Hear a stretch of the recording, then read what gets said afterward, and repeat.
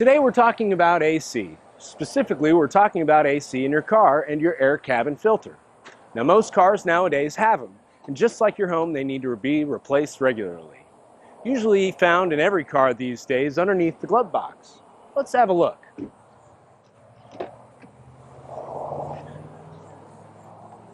Most manufacturers like to hide the air cabin filter underneath the glove box. Usually after a couple things are moved, some clips, and a hold down, you can usually get to it right up and underneath. After a cover removal, you can easily then pull out a paper filter. Now, as you can see, this one may have a little bit of debris.